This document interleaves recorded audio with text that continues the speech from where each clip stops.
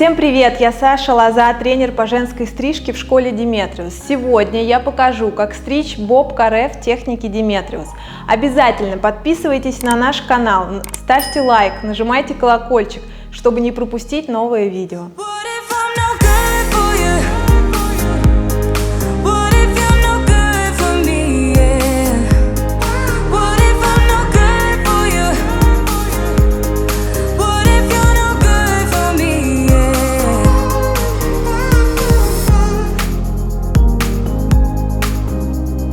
А мою модель зовут Екатерина. Окрашивание ей сделал тренер по колористике Анна Тимир. Волосы у Екатерины пористые и немного вьющиеся. На волосы наношу моделирующее сухое масло. Данное средство выровняет структуру волоса и сделает волосы более послушными. Так, в боб-каре объем волос будет выше, чем в том же классическом каре, либо полубобе. Поэтому первый затылочный блок у меня пойдет выше, чем обычно. И будет проходить на 2 сантиметра выше бугра.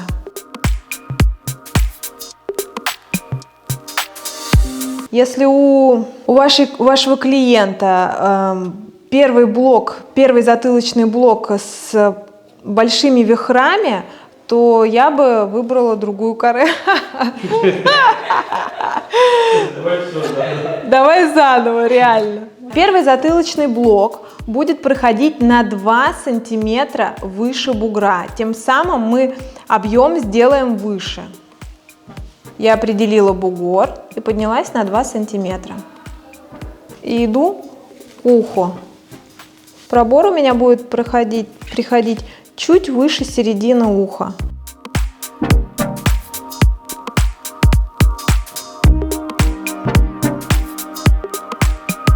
Процентное соотношение первого и второго блока будет 60 на 40. То есть первый затылочный блок у меня будет широкий, составлять 60%. Второй затылочный блок у меня будет меньше и составлять 40%. Первое, что я буду делать, это задавать ребро жесткости. Вычесываю все на пробор, определяю длину ребра. Разница между ребром и краевой линией у меня составит 3-4 сантиметра. То есть вот я намерила ребро, если такая длина меня устраивает, то я задаю длину. Ребро обязательно тяну в плоскость, как будто у меня стена, и мне нужно к стене вот все волосы дотянуть. Не закругляю. Что значит ребро в плоскость? Вот представьте, что у меня вот здесь стена, либо вот расческу я ставлю, и каждый волос ребра должен дотянуться до моей расчески. Видите? Вот и вот этот вот должен дотянуться. Если я пойду по голове, я закруглю, и вот здесь длина будет короче, и силуэт стрижки изменится. После того, как задала ребро, я буду задавать краевую линию. Краевая линия у меня будет на 3-4 сантиметра длиннее ребра. Вот, смотрите, длина моего ребра. Вот оно падает, мое ребро. Вот краевая линия на 3-4 сантиметра будет длиннее, вот здесь. Краевую линию я буду задавать пологой аркой.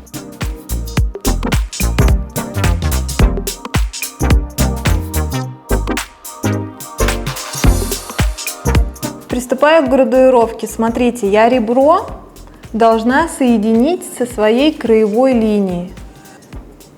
Оттяжка 90 к голове, угол среза 45 от ребра.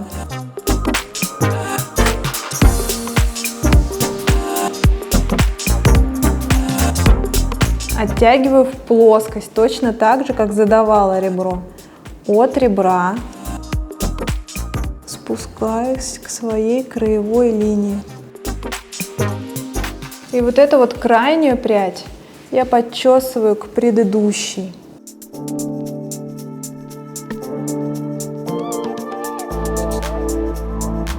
Смотрите, здесь я сделала градуировку, волосы легли, а здесь градуировки нет, волосы еще не лежат. Видите, они выворачиваются. Следующую прядь. От ребра. Ребро, короче, не делаю. Я спускаюсь к своей краевой линии.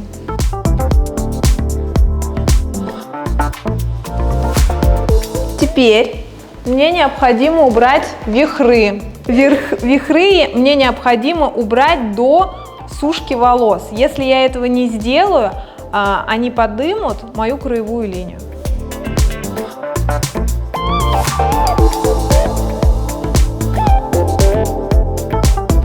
Приступая к укладке, у меня будет максимальный обдув, максимальная температура.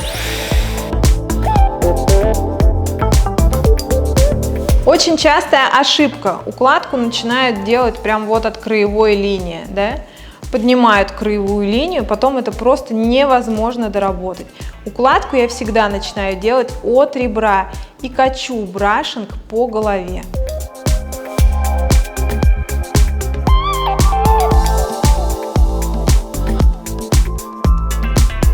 Я посушила волосы, теперь мне необходимо сделать доработку.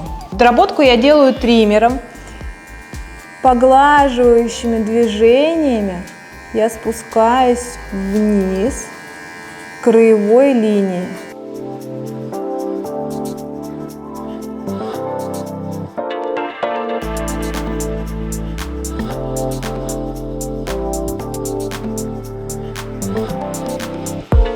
У каждого клиента индивидуальный рост волос, поэтому при выборе стрижки вам необходимо учесть этот рост волос. Если у клиента в первом затылочном блоке сильные вихры, рост волос в сторону, то в этом случае выберите другую стрижку, к примеру, полубоб.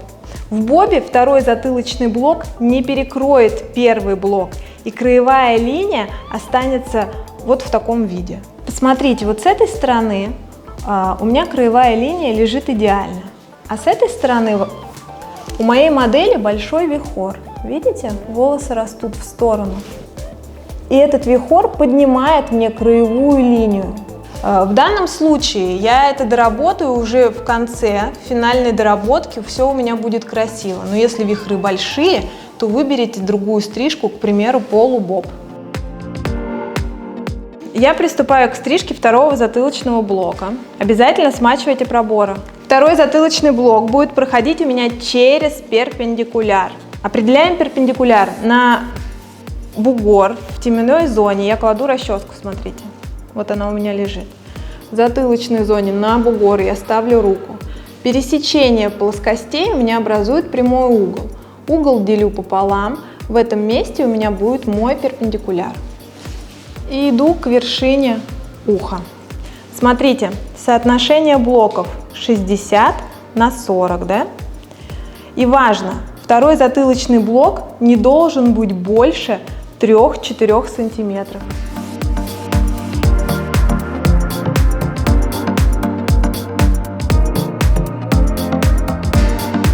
Я сделала пробор, приступаю к стрижке. Одним срезом я сделаю и градуировку, и длину.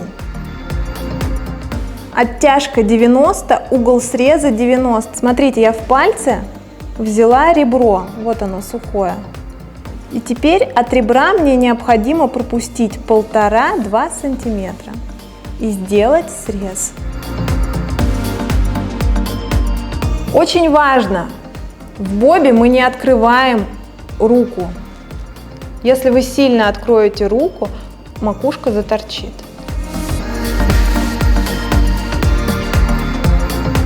Смотрю, как легли волосы. Если данная длина меня устраивает, то я продолжаю дальше по контролю. Часть новой, часть предыдущей. Уже не ориентируюсь на ребро, у меня есть моя контрольная прядь. Вот.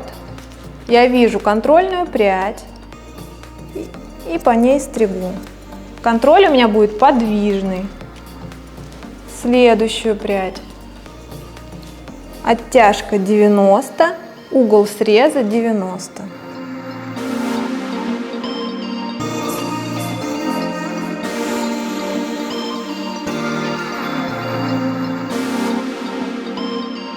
Смотрите, если вы все правильно сделаете, то вы придете прям вот в краевую линию. Никаких излишков здесь сильных не должно быть. Значит, вы каждый раз накапливали длину. Пошла в другую сторону.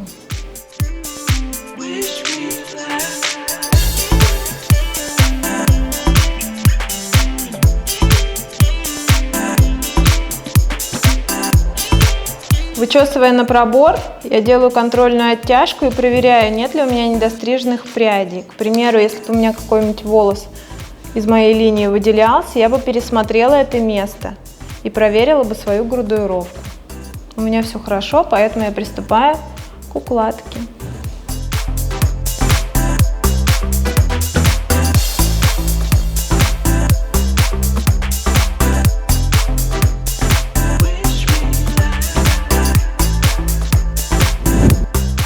Я приступаю к доработке. Пробью немного пойтингом.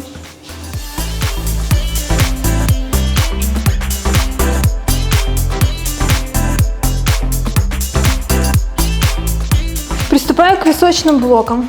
Разделение височных блоков может быть разным: на удлинение, либо без удлинения. В данном случае я сделаю небольшое удлинение, и мой пробор пойдет под височным выступом через височный бугор ко второму затылочному блоку. Височный выступ под височным выступом через бугор.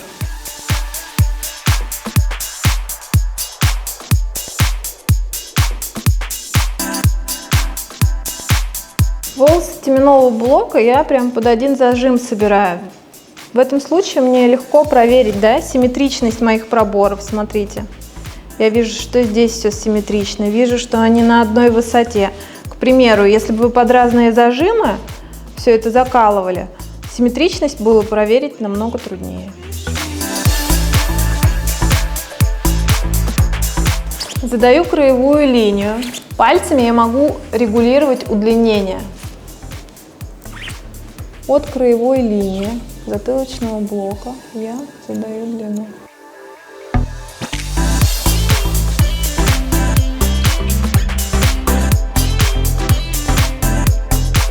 Далее я приступаю к градуировке. Оттягиваю назад и свожу с градуировкой второго затылочного блока. Вычесала. Оттяжка параллельно полу. И вот это убираю.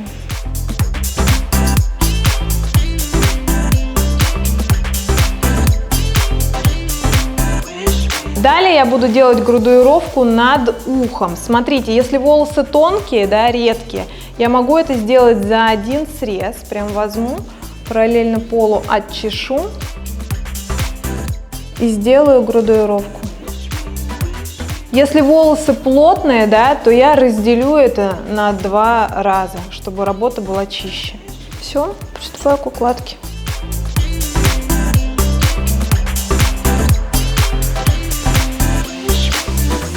Здесь важно хорошо вытянуть прям концы.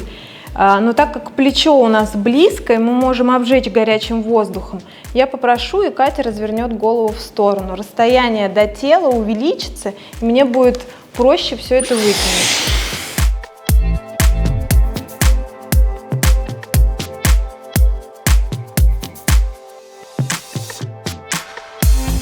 Височные зоны при необходимости также дорабатываем пойтингом, разворачивая на лицо. Все, я приступаю к стрижке теменного блока. Теменной блок я буду простригать одним срезом, оттягивая назад.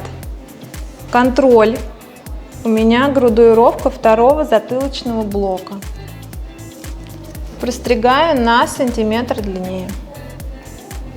Обязательно предупредите, да, клиента о том, что волосы будете тянуть назад, чтобы они голову назад не опрокинули. Если опрокинут голову назад, отстрижете больше, чем нужно.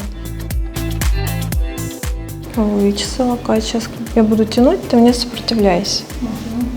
Узко усадила в расческу. Узко усаживаю для того, чтобы срезать за один раз. Ориентир я держу параллельно полу, а теменной блок подчесываю к нему и на сантиметр длиннее состригаю. Я спросила у Кати, как она носит пробор. Если ваш клиент носит волосы по-разному, то в одну сторону, то в другую зачесывая, тогда простригите через центр. В этом случае она сможет кидать волосы в одну и в другую сторону. К примеру, если бы вы сделали пробор слева, вот она решила, что сейчас она будет носить слева, задали длину, то вот траектория вот этой пряди, видите, она больше. И если она захочет сделать центральный пробор, то вот здесь уже эта прядь будет выбиваться.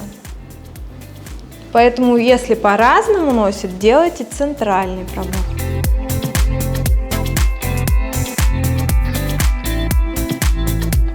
Теменной блок я простригала, отчесывая все волосы назад, узко усаживая. Поэтому траектория вот этих прядей, она была длиннее, да? За счет этого образовались вот здесь излишки. Эти излишки я уберу в мокром виде на сантиметр длиннее моих височных блоков.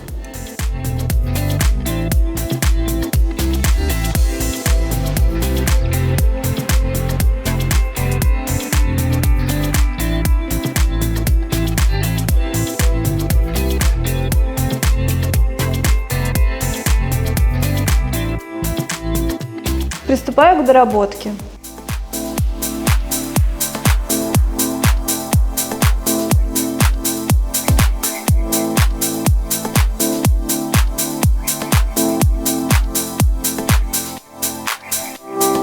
Я поставила модель, чтобы сделать финальную доработку, но прежде чем приступить к доработке, я дотяну волосы на термозащиту фирмы Nirwell.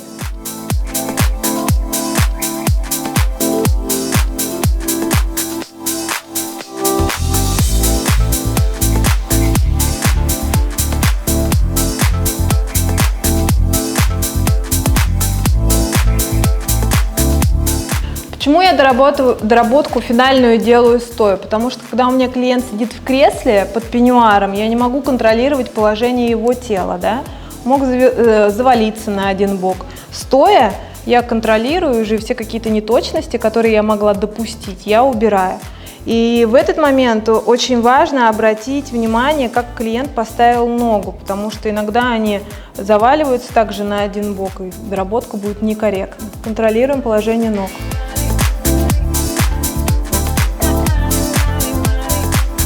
Вообще доработка – это увлекательный процесс, конечно. Здесь вы ставите перед собой задачу найти все свои ошибки.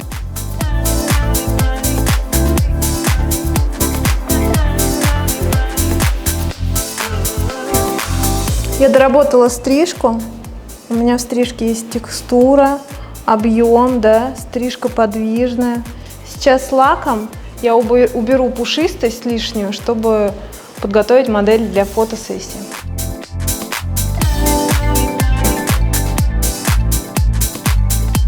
Я закончила стрижку, посмотрите на эту форму. Идеальный объем.